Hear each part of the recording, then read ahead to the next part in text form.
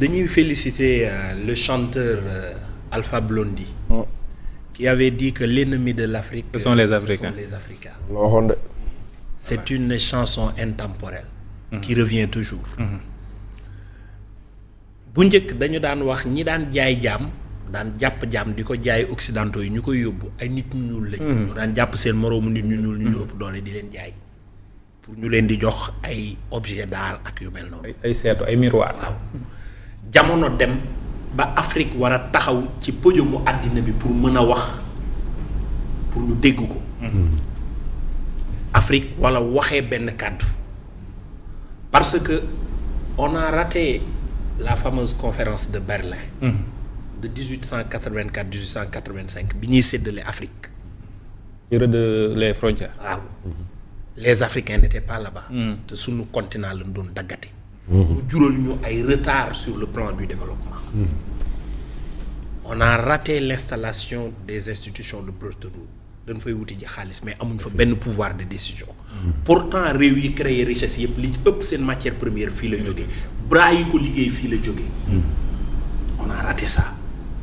ñu nekk dans la mondialisation ci réew yëpp bokk ñu ne tey dañu war a tànn koy téye corps de secrétaire général bu ONU bi réew yëpp bokk nouvel ordre mondial yi ñuy définir ak yu baree bari nga am ci gis-gis am ci position am ci xeltu pour sa continent ñu ne candidat boobu tànn nañ ko ñu ne ay réewu Afrique dañu bank seen ay yoxo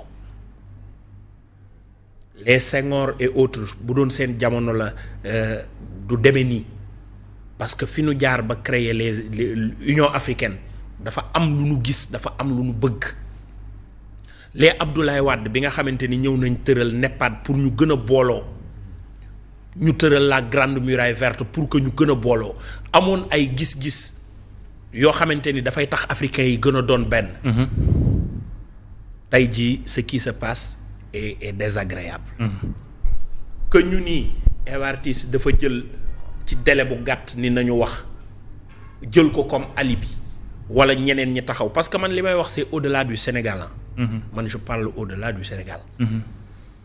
que ñu ni dañuy taxaw di xaar wala dañuy am beneen taxawaay buñ ci taxaw ci propulser un Africain pour mu dem diriger ji Union africaine yaakaar naa ni tey jii nii réew Afrique bu ci taxaw da nga bokk ci noonu Afrique yi parce que Macky Sall lan lay plaider que Afrique mu am baat ci kaw àddina bi.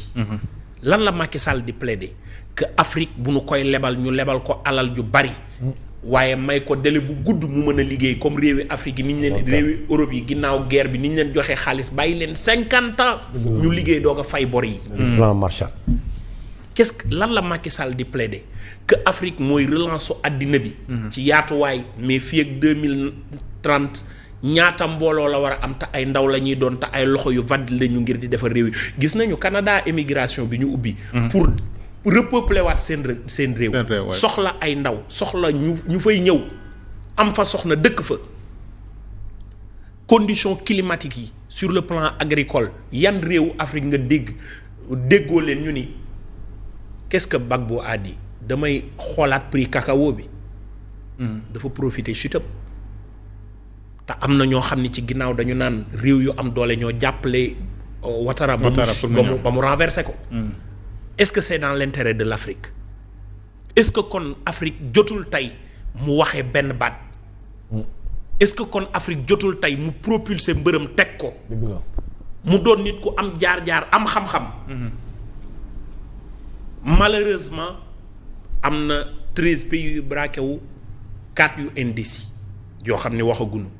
c'est compliqué. la position du Sénégal damay comprendre la position du régime actuel. nit da nga koy natt njiit da nga koy natt dinañ la tànn def la président de la République toujours man je défends la République. en tant que légaliste que je suis je défends la République vaille que vaille. Quand je débute l'émission, je prie pour que le président puisse avoir une très belle mission à la tête de ce pays. Parce que c'est pour le Sénégal. Mais da ngay natt njiit ndax du doon nga ko rek mooy mat nga ko ci décision yi ngay jël la Macky Sall mat na njiit il a pris des décisions yoo xamante ni bi mu koy jël ñi àndoon ak moom nanguwuñu ko mais il l'a fait pour faire rayonner la démocratie muy la loi d'amnistie. Gouvernement am ensemble ñu àndoon ak moom il n'était pas d'accord wax nañu layal ko mu ni leen man ragaluma wéet foofu ngay xamee njiit tu prends des décisions yoo xamante ni. nit yi dañu naan la c'est une décision impopulaire waroo ko jël mais dans le futur nga koy layal. parce qu'un leader du gis li teew li ci kanamam lay xool. li sori te ñëwagul le leader di natt mais un dirigeant li mu gis rek lay xool bëtam du sori. il ne projette pas dans le futur. alors tey jii ñu jël cette position je le dis en respectant mon président et les institutions de mon pays. ñu jël une décision ci ñàkk a wax sur la candidature de Macky Sall te Macky Sall de Macky mu rëy mu ndaw mu baax mu bon nee na président damay sàkku nga jàppale ma. il a écrit. élégant. te lépp loo gis. ay wax mën nañ ko weddi mais bind dafay des. dafa bind ni ko dama sàkku nga jàppale ma loolu dafa rëy acte la bu rëy waaye Cheikh Ahmadou Kara Mbacké dafa wax lu am solo boo xoolee ni yow dañu laa yërëmoon suturaal la tey war ngaa yërëm keneen suturaal ko. Macky yërëm leen suturaal leen moo tax mu ñëw ñu waxtaan ak moom te ñoo ko wax. te ñun bi ñu ko waxee dañu saaga woon. ñoom dañu dem waxtaan ak Macky Sall. ba Macky Sall jël décision impopulaire. pour faire rayonner la démocratie et exiger que ñu dem ci élection yi. et def la transmission du pouvoir. dans la paix. tey jii ñoom bind bi Macky Sall bind waroon na rëy ci ñoom ba ñu wane ni Macky Sall de moo sàkk ñu jàppale ko. il est demandeur c'est une réponse politique yéen waa APR calmez-vous votre leader là est demandeur de mon soutien alors je vais le soutenir. Voilà, c'est ça la grandeur. C'est ça la grandeur. loolu mooy tax doo rater la porte de l'histoire mais tey si le Sénégal se braque Macky Sall amul lenn luñ koy toppee. ci wàllu yoon. ba fii ñu toog. amul lenn luñ koy toppee. il n'a jamais fait l'objet de poursuite bi gën a néew fii Sénégal dafa luñ ko. il ne le fera pas, il ne le fera jamais. et il est frappé par cette immunité d'ancien président on pourrait le poursuivre pour haute trahison te déggaluñ ko ñu wax ko et d'ailleurs ce n'est même pas défini. amul sax. waaw kon dégguñu ci luñ koy toppee. te am na loo xamante ni bokk ca rafet ca moo gën dafa am nag lu olof di bax di ko bàkkoo mburu làmb yi dañ ko daan wax. mooy. noonoog mbër. lang ak moom muy daan ngay ree moo ca gën. bu ñu teewee seen ay yoxo jàppalewuñu ko mu dem jàll. mu dem jàll doon le secrétaire général de l'ONU. ñëw fii ci siège bii ci Dakar. état du Sénégal moo koy jox ay gendarme escorté ko mu dem liggéey ji. pare ñëw teew ci. pare ñëw toog biir këram. Mermoz. et dara du ko tere mu recevoir waa APR. waaw.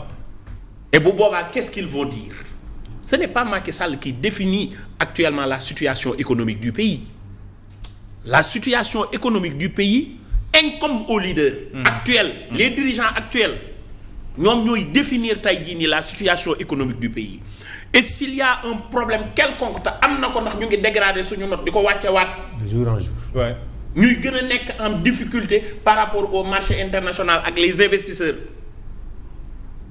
loolu mooy la première opposition du régime et ça ce n'est pas Macky Sall c'est leur responsabilité alors Macky Sall a un profil extraordinaire comparé aux autres profils il a le meilleur profil je peux dire trajectoire am wane na ko li muy wuti ji il a été président lors de notre tour au Conseil de sécurité non permanent il a été là-bas il a tenu des débats sur la géopolitique internationale par rapport à la Russie Afrique moo ko coordonné ses relations avec Macron tey par rapport au pétrole on parle de BP et de Woodside ce sont des Anglais Chine Macky Sall Sénégal Taïwan la amale woon ci nguuru Abdoulaye Wade Macky Sall en tant que premier ministre moo signé nos accords avec la Chine di jëflanteeg Chine en même temps di jëflanteeg États-Unis ba pare te dara xewul ba pare ses relations avec les États-Unis, ça ne date pas d'aujourd'hui.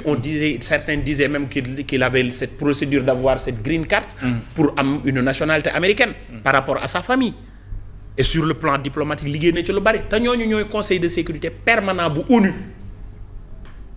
Après ñu doog a xool nag aspect yi mu am être un musulman, le Moyen-Orient, influence bi ñu ci am. Après xool la majeure partie des États africains taxawaay bi ñu am par rapport ak moom.